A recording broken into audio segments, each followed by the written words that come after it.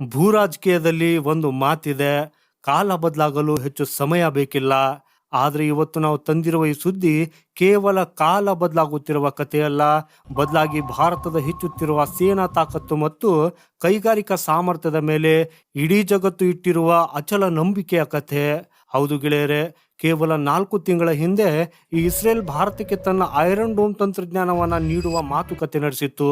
ಆದ್ರೆ ಇವತ್ತಿಗೆ ಆಟ ಸಂಪೂರ್ಣವಾಗಿ ತಿರುಗಿ ಬಿದ್ದಿದೆ.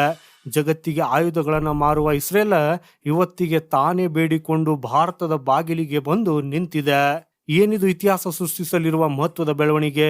ನಮಸ್ಕಾರ, ಜೈ ಹಿಂದ್. ತಮ್ಗೆಲ್ರಿಗೂ ಇವತ್ತಿನ ಈ ವಿಶೇಷ ಸಂಚಿಕೆಗೆ ಸ್ವಾಗತ. ಗೆಳೆಯರೆ, ಈ ತಂತ್ರಜ್ಞಾನದ ಪವರ್ ಹೌಸ್ ಅಂತ ಕರೆಯಲ್ಪಡುವ ಇಸ್ರೇಲ್ನ ಅತಿ ದೊಡ್ಡ ಡಿಫೆನ್ಸ್ ಕಂಪನಿಗಳಲ್ಲಿ ಒಂದಾದ ರಾಫೆಲ್ ಅಡ್ವಾನ್ಸ್ಡ್ ಡಿಫೆನ್ಸ್ ಸಿಸ್ಟಮ್ ಇವತ್ತಿಗೆ ಭಾರತದ ಬಾಗಿಲು ತಟ್ಟಿದೆ.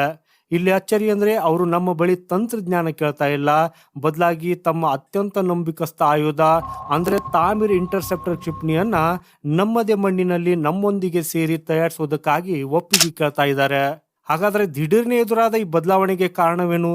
ಜಗತ್ತಿಗೆ ಡಿಫೆನ್ಸ್ ಸಿಸ್ಟಮ್ ಮಾರುವ ಇಸ್ರೇಲ್ ಇವತ್ತಿಗೆ ಭಾರತದ ಕಡೆಗೆ ಎಷ್ಟು ಭರವಸೆಯಿಂದ ನೋಡ್ತಾ ಇರುವುದು ಯಾಕೆ? ಗೆಳೆಯರು, ಇವತ್ತಿನ ಈ ವಿಡಿಯೋದಲ್ಲಿ ನಾವು ಇದರ ಸಂಪೂರ್ಣ ವಿಶ್ಲೇಷಣೆ ಮಾಡಲಿದ್ದೇವೆ. ಅದಕ್ಕಾಗಿ ಕೊನೆಯವರೆಗೂ ನಮ್ಮೊಂದಿಗೆ ಇರಿ, ಯಾಕಂದ್ರೆ ಈ ಮಾಹಿತಿ ಪ್ರತಿಯೊಬ್ಬ ಭಾರತೀಯನ ಎದೆಯನ್ನು ಹೆಮ್ಮೆಯಿಂದ ಉಬ್ಬುವಂತೆ ಮಾಡುವುದು ಗ್ಯಾರಂಟಿ. ಸೊ ಮೊದಲನೇದಾಗಿ ನಾವಿಲ್ಲಿ ಮಾತನಾಡ್ತಾ ಇರುವ ತಾಮಿರ್ ಕ್ಷಿಪಣಿ ಅಂದ್ರೆ ಏನು ಅನ್ನೋದನ್ನ ಅರ್ಥ ಮಾಡಿಕೊಳ್ಳೋಣ. ಗೆಳೆಯರು, ನಿಮ್ಮ ಸ್ಕ್ರೀನ್ ಮೇಲೆ ನೀವು ನೋಡ್ತಾ ಇರುವ ಈ ದೃಶ್ಯಗಳು ಐರನ್ ಡೋಮ್ ಸಿಸ್ಟಮ್ನ ಸಿಡಿಲಿನಂತಹ ದಾಳಿಯಾಗಿದೆ. ಹಾಗೂ ತಾಮಿರ್ ಕ್ಷಿಪಣಿಯು ಈ ಇಡೀ ಐರನ್ ಡೋಮ್ ವ್ಯವಸ್ಥೆಯ ಬೆನ್ನೆಲುಬು. ಯಾವಾಗ ಶತ್ರುಗಳು ಆಕಾಶದಲ್ಲಿ ರಾಕೆಟ್ ಅಥವಾ ಮೋಟಾರ್ಗಳನ್ನು ಉಡಾಯಿಸುತ್ತಾರೋ ತಕ್ಷಣ ಐರನ್ ಡೋಮ್ನ ರೆಡಾರ್ ಅದನ್ನ ಪತ್ತೆ ಹಚ್ಚುತ್ತದೆ ಹಾಗೂ ಕೂಡಲೇ ಅದು ತಾಮಿರ್ ಕ್ಷಿಪಣಿಗೆ ಕಮಾಂಡ್ ನೀಡ್ತದೆ. ಕೇವಲ 3 ಮೀಟರ್ ಉದ್ದ ಮತ್ತು 90 ಕಿಲೋ ತೂಕವಿರುವ ಈ ಪುಟ್ಟ ಕ್ಷಿಪಣಿ ಕಣ್ಣು ಮಿಟುಕಿಸುವಷ್ಟರಲ್ಲಿ ಆಕಾಶದಲ್ಲಿಯೇ ಶತ್ರುಗಳ ರಾಕೆಟ್ಗಳನ್ನ ಛಿದ್ರ ಮಾಡಿಬಿಡ್ತದೆ. ಗೆಳೆಯರೆ, ಇದರ ಅತಿ ದೊಡ್ಡ ವೈಶಿಷ್ಟ್ಯವೆಂದ್ರೆ ಇದರ ವರ್ಟಿಕಲ್ ಲಾಂಚ್ ಸಾಮರ್ಥ್ಯ ಮತ್ತು ಆಕ್ಟಿವ್ ರೇಡಾರ್ ಸೀಕರ್. ಆದರೆ ನೆನಪಿರ್ಲಿ ಗೆಳೆಯರೆ, ಇದೇನು ಲಾಂಗ್ ರೇಂಜ್ ಕ್ಷಿಪಣಿ ಅಲ್ಲ. ಇದನ್ನು ವಿಶೇಷವಾಗಿ ಶಾರ್ಟ್ ರೇಂಜ್ ಮತ್ತು ಏಕಕಾಲದಲ್ಲಿ 100 ರಾಕೆಟ್ಗಳು ದಾಳಿ ಮಾಡಿದಾಗ ತನ್ನ ದೇಶದ ಮುಗ್ಧ ಜನರ ಪ್ರಾಣ ಉಳಿಸುವುದಕ್ಕಾಗಿ ಇಸ್ರೇಲ್ ವಿನ್ಯಾಸಗೊಳಿಸಿದೆ. ಹಾಗೂ ಈ ಕ್ಷಿಪಣಿ ಇಸ್ರೇಲ್ನ ಭದ್ರತೆಯ ಕೊನೆಯ ಗೋಡೆಯಾಗಿದೆ. ಸೊ ಈಗ ಆ ಭದ್ರತಾ ಗೋಡೆಯನ್ನ ಭಾರತದ ಕೈಗಿಡುವುದಕ್ಕಾಗಿ ಇಸ್ರೇಲ್ ಸಿದ್ಧವಾಗಿದೆ. ಹಾಗೇನೆ ಇಲ್ಲಿ ಅತ್ಯಂತ ದೊಡ್ಡ ಪ್ರಶ್ನೆ ಏನು ಉದ್ಭವಿಸುತ್ತಿದೆ ಅಂದ್ರೆ, ತಾನೇ ಇಡೀ ಜಗತ್ತಿಗೆ ಶಸ್ತ್ರಾಸ್ತ್ರಗಳನ್ನು ಮಾರಾಟ ಮಾಡುವ ಇಸ್ರೇಲ್ ಭಾರತದ ಮೊರೆ ಯಾಕೆ ಹೋಗಿದೆ? ಗೆಳೆಯರೆ, ಇದರ ಹಿಂದೆ 2 ಪ್ರಮುಖ ಕಾರಣಗಳಿವೆ. ಕಳೆದ ಕೆಲವು ತಿಂಗಳಲ್ಲಿ ಇಸ್ರೇಲ್ ಯಾವ ರೀತಿಯಲ್ಲಿ ಹಮಾಸ್, ಹಿಜ್ಬುಲ್ಲಾ, ಹೂತಿ ಬಂಡುಕೋರರು ಮತ್ತು ನೇರವಾಗಿ ಇರಾನ್ನ ಸತತ ದಾಳಿಗಳನ್ನು ಎದುರಿಸಿದೆ ಅನ್ನೋದನ್ನ ಇಡೀ ಜಗತ್ತಿಗೆ ಗೊತ್ತಿದೆ. ಪ್ರತಿದಿನ ಪ್ರತಿ ರಾತ್ರಿ ಸಾವಿರಾರು ರಾಕೆಟ್ಗಳು ಇಸ್ರೇಲ್ ಮೇಲೆರಗಿದವು. ಸೊ ಇವುಗಳನ್ನು ಹೊಡೆದುಳಿಸುವ ಪ್ರಕ್ರಿಯೆಯಲ್ಲಿ ಇಸ್ರೇಲ್ ತಾಮಿರ್ ಕ್ಷಿಪಣಿಗಳ ಭಂಡಾರ ವೇಗವಾಗಿ ಖಾಲಿಯಾಗಿದೆ. ಒಂದೇ ರಾತ್ರಿಯಲ್ಲಿ 100 ಕ್ಷಿಪಣಿಗಳನ್ನು ಉಡಾಯಿಸಬೇಕಾದಾಗ ಅಷ್ಟೇ ವೇಗವಾಗಿ ಅವುಗಳನ್ನು ಮರಳಿ ತಯಾರಿಸುವುದು ಅತ್ಯಂತ ಕಷ್ಟಕರ.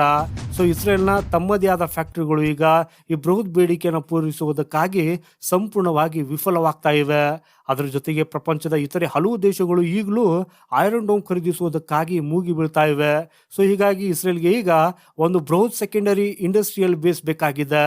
ಹಾಗೂ ಅದನ್ನು ಕೂಡ ತನ್ನ ದೇಶದ ಅಗತ್ಯಗಳ ಜೊತೆಗೆ ಜಾಗತಿಕ ರಫ್ತು ಬೇಡಿಕೆಯನ್ನು ಕೂಡ ಪೂರೈಸಬೇಕು. ಅದಕ್ಕಾಗಿ ಅವರ ಕಣ್ಣಿಗೆ ಕಂಡ ಏಕೈಕ ಮತ್ತು ಅತ್ಯುತ್ತಮ ಆಯ್ಕೆ ನಮ್ಮ ಹೆಮ್ಮೆಯ ಭಾರತ. ಗೆಳೆಯರೆ, ಇವತ್ತಿಗೆ ಭಾರತ ಮತ್ತು ಇಸ್ರೇಲ್ನ ಸಂಬಂಧ ಕೇವಲ ಕೊಳ್ಳುವವ ಮತ್ತು ಮಾರುವವ ಅಂದ್ರೆ ಬಯರ್ಸ್ ಅಂಡ್ ಸೆಲ್ಲರ್ಸ್ ಅನ್ನೋ ಸಂಬಂಧಕ್ಕಿಂತ ಬಹಳ ಎತ್ತರಕ್ಕೆ ಬೆಳೆದಿದೆ. ಹಾಗೂ ಇದು ನಿಮಗೆ ನೆನಪಿರ್ಲಿ, ಇಸ್ರೇಲ್ ಭಾರತಕ್ಕೆ ಕಾರ್ಗಿಲ್ ಯುದ್ಧದಂತಹ ಕಠಿಣ ಸಮಯದಲ್ಲಿ ಆಪತ್ ಬಾಂಧವನಂತೆ ಸಹಾಯ ಮಾಡಿದ್ದ ದೇಶ. ಭಾರತವು ಇಸ್ರೇಲ್ನಿಂದ ಫಾಲ್ಕನ್ ಅಬ್ಯಾಕಸ್ ಪಡೆದಿದೆ ಹಾಗೂ ಇದನ್ನು ನಮ್ಮ ಆಕಾಶದ ಕಣ್ಣು ಅಂತ ಹೇಳಲಾಗ್ತದೆ. ಬರಾಕೆ ಕ್ಷಿಪಣಿ ವ್ಯವಸ್ಥೆಯು ಕೂಡ ಇವತ್ತಿಗೆ ನಮ್ಮ ನೌಕಾಪಡೆ ಮತ್ತು ಸೇನೆಯ ಬೆನ್ನೆಲುಬಾಗಿದೆ. ಹೆರಾನ್ ಮತ್ತು ಸರ್ಚರ್ನಂತಹ ಕಣ್ಗಾವಲು ಡ್ರೋನ್ಗಳು ಕೂಡ ಇಸ್ರೇಲ್ನ ಕೊಡುಗೆನೆ. ಹಾಗೇನೆ ಬಾಲಾಕೋಟ್ ಏರ್ ಸ್ಟ್ರೈಕ್ ನಲ್ಲಿ ಪಾಕಿಸ್ತಾನದ ಉಗ್ರರ ಕ್ಯಾಂಪ್ಗಳನ್ನು ಧ್ವಂಸ ಮಾಡುವುದಕ್ಕಾಗಿ ನಾವು ಬಳಸಿದ್ದ ಸ್ಪೈಸ್ 2000 ಬಾಂಬ್ಗಳು ಕೂಡ ಇಸ್ರೇಲ್ದೇ ಆಗಿದೆ. ಗೆಳೆಯರೆ, ಕೇವಲ ಸೇನೆ ಅಷ್ಟೇ ಅಲ್ಲ, ಗಡಿ ನುಸುಳುವಿಕೆ ತಡೆಯುವುದಕ್ಕಾಗಿ ರೆಡಾರ್, ಸೆನ್ಸಾರ್ಸ್ಗಳು ಮತ್ತು ನಮ್ಮ ರೈತರಿಗೆ ಹನಿ ನೀರಾವರಿ ತಂತ್ರಜ್ಞಾನ, ಹೀಗೆ ಪ್ರತಿಯೊಂದು ಹೆಜ್ಜೆಯಲ್ಲೂ ಇಸ್ರೇಲ್ ನಮಗೆ ಅತ್ಯಾಧುನಿಕ ತಂತ್ರಜ್ಞಾನದ ಬೆಂಬಲ ನೀಡಿದೆ. ಹಾಗಾದ್ರೆ ಇಸ್ರೇಲ್ ಕೇವಲ ನೀಡುವ ದೇಶವೇ?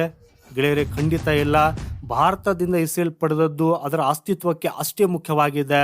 ಕಳೆದ ಒಂದು ದಶಕದಿಂದ ಈ ಇಸ್ರೇಲ್ನ ರಕ್ಷಣಾ ಉಪಕರಣಗಳ ಅತಿ ದೊಡ್ಡ ಖರೀದಿದಾರ ನಮ್ಮ ಭಾರತ. ಭಾರತದಿಂದ ಸಿಗುವ ಬಿಲಿಯನ್ ಗಟ್ಟಲೆ ಡಾಲರ್ ಕಾಂಟ್ರಾಕ್ಟ್ಗಳಿಂದಲೇ ಇಸ್ರೇಲಿ ಕಂಪನಿಗಳು ತಮ್ಮ ರಿಸರ್ಚ್ ಅಂಡ್ ಡೆವಲಪ್ಮೆಂಟ್ ಅಂದ್ರೆ R&Dಗೆ ಹಣವನ್ನ ಹೊಂದಿಸುತ್ತವೆ. ಗೆಳೆಯರೆ ಇಸ್ರೇಲ್ ಹತ್ತಿರ ಬುದ್ಧಿಮತ್ತೆ ಮತ್ತು ತಂತ್ರಜ್ಞಾನವಿದೆ, ಆದರೆ ಸಂಪನ್ಮೂಲ ಮತ್ತು ಜಾಗ ತುಂಬಾ ಸೀಮಿತವಾಗಿದೆ. ಸೊ ಅದಕ್ಕಾಗಿ ಭಾರತವು ತನ್ನ ಮೇಕ್ ಇನ್ ಇಂಡಿಯಾ ಅಭಿಯಾನದ ಅಡಿಯಲ್ಲಿ ಅವರಿಗೆ ಮ್ಯಾನುಫ್ಯಾಕ್ಚರಿಂಗ್ ಬೇಸ್ ಒದಗಿಸಿದೆ. ಅದಾನಿ, ಕಲ್ಯಾಣಿ, ರಾಫೆಲ್ ನಂತಹ ಜಂಟಿ ಉದ್ಯಮಗಳು ಇವತ್ತಿಗೆ ಭಾರತದಲ್ಲಿ ಇಸ್ರೇಲಿ ಡ್ರೋನ್ಗಳನ್ನು ತಯಾರಿಸಿ ಜಗತ್ತಿಗೆ ರಫ್ತು ಮಾಡುತ್ತಿವೆ. ಇದಷ್ಟೇ ಅಲ್ಲ, ವಿಶ್ವಸಂಸ್ಥೆ ಸೇರಿದಂತೆ ಜಾಗತಿಕ ವೇದಿಕೆಯಲ್ಲಿ ಇಸ್ರೇಲ್ ಅನ್ನ ಒಂಟಿ ಮಾಡುವುದಕ್ಕಾಗಿ ಜಗತ್ತು ಪ್ರಯತ್ನಿಸಿದಾಗಲೆಲ್ಲ ಭಾರತದಂತ ಬೃಹತ್ ದೇಶದ ಬೆಂಬಲ ಇಸ್ರೇಲ್ಗೆ ಆನೆಬಲ ತಂದುಕೊಟ್ಟಿದೆ. ಹಾಗೆ ನೀವು ಕೇಳಬಹುದು, ಯುರೋಪ್ ಅಥವಾ ಅಮೆರಿಕದಂತಹ ದೊಡ್ಡ ದೇಶಗಳಿದ್ರು ಇಸ್ರೇಲ್ ಭಾರತವನ್ನೇ ಆಯ್ಕೆ ಮಾಡುವುದಕ್ಕೆ ಕಾರಣಗಳೇನು? ಗೆಳೆಯರೆ, ಇಸ್ರೇಲ್ ಭಾರತವನ್ನೇ ಆಯ್ಕೆ ಮಾಡುವುದಕ್ಕಾಗಿ 5 ಪ್ರಬಲ ಕಾರಣಗಳಿವೆ. ಮೊದಲನೇದಾಗಿ ಕಡಿಮೆ ಉತ್ಪಾದನಾ ವೆಚ್ಚ ಅಂದ್ರೆ ಲೋ ಮ್ಯಾನುಫ್ಯಾಕ್ಚರಿಂಗ್ ಕಾಸ್ಟ್. ಪಾಶ್ಚಿಮಾತ್ಯ ದೇಶಗಳಿಗೆ ಹೋಲಿಸಿದ್ರೆ ಭಾರತದಲ್ಲಿ ಕ್ಷಿಪಣಿ ತಯಾರಿಕಾ ವೆಚ್ಚ ತೀರಾ ಕಡಿಮೆ. ಎರಡನೇದಾಗಿ ನುರಿತ ಮಾನವ ಸಂಪನ್ಮೂಲ ಅಂದ್ರೆ ಸ್ಕಿಲ್ಡ್ ವರ್ಕ್ ಫೋರ್ಸ್. ಗೆಳೆಯರೆ, ನಮ್ಮಲ್ಲಿ ಎಲೆಕ್ಟ್ರಾನಿಕ್ಸ್, ರಾಕೆಟ್ ಮೋಟಾರ್ಸ್ ಮತ್ತು ರಕ್ಷಣಾ ತಂತ್ರಜ್ಞಾನದಲ್ಲಿ ಪರಿಣಿತಿ ಹೊಂದಿದ್ದ ವಿಶ್ವ ದರ್ಜೆಯ ಇಂಜಿನಿಯರ್ಗಳ ಬೃಹತ್ ಪಡೆ ಇದೆ. ಮೂರನೇದಾಗಿ ಅತ್ಯುತ್ತಮ ಸಪ್ಲೈ ಚೈನ್. ಕಳೆದ 10 ವರ್ಷಗಳಲ್ಲಿ ಭಾರತವು ಡಿಫೆನ್ಸ್ ಕಾಂಪೋನೆಂಟ್ಸ್ ವಿಚಾರದಲ್ಲಿ ಊಹೆಗೂ ನಿಲುಕದಷ್ಟು ಸ್ವಾವಲಂಬಿಯಾಗಿದೆ. ಹಾಗೂ ನಾಲ್ಕನೇದಾಗಿ ಗ್ಲೋಬಲ್ ಎಕ್ಸ್ಪೋರ್ಟ್ ಹಬ್. ಬ್ರಹ್ಮೋಸ್ ಅನ್ನ ಫಿಲಿಪೈನ್ಸ್ಗೆ ರಫ್ತು ಮಾಡುವುದಿರಲಿ, ಭಾರತ ಈಗ ಜಗತ್ತಿನ ಹೊಸ ಡಿಫೆನ್ಸ್ ಮ್ಯಾನುಫ್ಯಾಕ್ಚರಿಂಗ್ ಹಬ್ ಆಗಿದೆ. ಹಾಗೂ ಕೊನೆಯದಾಗಿ ಹಳೆಯ ನಂಬಿಕೆ. ಗೆಳೆಯರೆ, ಇಸ್ರೇಲ್ನ ರಾಫೆಲ್ ಕಂಪನಿ ಈಗಾಗಲೇ ಕಲ್ಯಾಣಿ ಗ್ರೂಪ್ ಜೊತೆ ಪಾಲುದಾರಿಕೆ ಹೊಂದಿದ್ದು ಹೈದರಾಬಾದ್ನಲ್ಲಿ ಬಿಡಿ ಭಾಗಗಳನ್ನು ತಯಾರಿಸುತ್ತಿದೆ. ಈ ಹಳೆಯ ನಂಬಿಕೆ ಇವತ್ತಿಗೆ ಅತಿ ದೊಡ್ಡ ಮೈತ್ರಿಗೆ ನಾಂದಿ ಹಾಡಿದೆ. ಸೊ ಗೆಳೆಯರಿ, ಪಾಲುದಾರಿಕೆಯಿಂದ ಭಾರತದ ಆತ್ಮನಿರ್ಭರ ಭಾರತದ ಕನಸಿಗೆ ಒಂದು ಬೃಹತ್ ರೆಕ್ಕೆ ಮೂಡಿದಂತಾಗಿದೆ.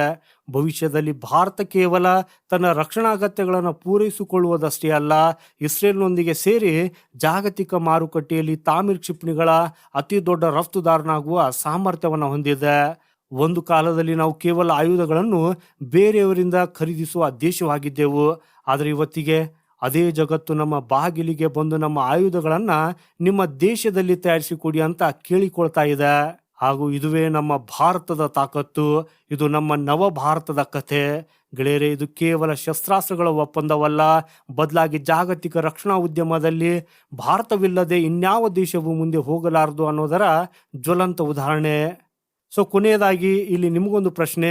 ಇಸ್ರೇಲ್ನ ಈ ಆಫರ್ ಅನ್ನ ಭಾರತ ಸಂಪೂರ್ಣವಾಗಿ ಒಪ್ಪಿಕೊಂಡು ಐರನ್ ಡೋಮ್ ತಂತ್ರಜ್ಞಾನವನ್ನ ನಮ್ಮದಾಗಿಸಿಕೊಳ್ಳಬೇಕೆ? ಹೌದು ಅಥವಾ ಇಲ್ಲ ಅಂತ ಕಮೆಂಟ್ ಮೂಲಕ ನಿಮ್ಮ ಅಭಿಪ್ರಾಯವನ್ನ ಖಂಡಿತ ತಿಳಿಸಿ. ಹಾಗೂ ಈ ವಿಡಿಯೋ ಮತ್ತು ನಮ್ಮ ವಿಶ್ಲೇಷಣೆ ನಿಮಗೆ ಹೆಮ್ಮೆ ತಂದಿದ್ರೆ ದಯವಿಟ್ಟು ವಿಡಿಯೋ ಲೈಕ್ ಮಾಡಿ, ಪ್ರತಿಯೊಬ್ಬ ಭಾರತೀಯನಿಗೂ ಶೇರ್ ಮಾಡಿ ಮತ್ತು ನಮ್ಮ ಚಾನೆಲ್ ಅನ್ನ ಸಬ್ಸ್ಕ್ರೈಬ್ ಮಾಡೋದನ್ನ ಮರೆಯದಿರಿ. ಸಿಗೋಣ ಮುಂದಿನ ಮತ್ತೊಂದು ಇಂಟ್ರೆಸ್ಟಿಂಗ್ ಮಾಹಿತಿಯೊಂದಿಗೆ. ವಂದೇ ಮಾತರಂ. ಭಾರತ್ ಮಾತಾ ಕಿ ಜೈ.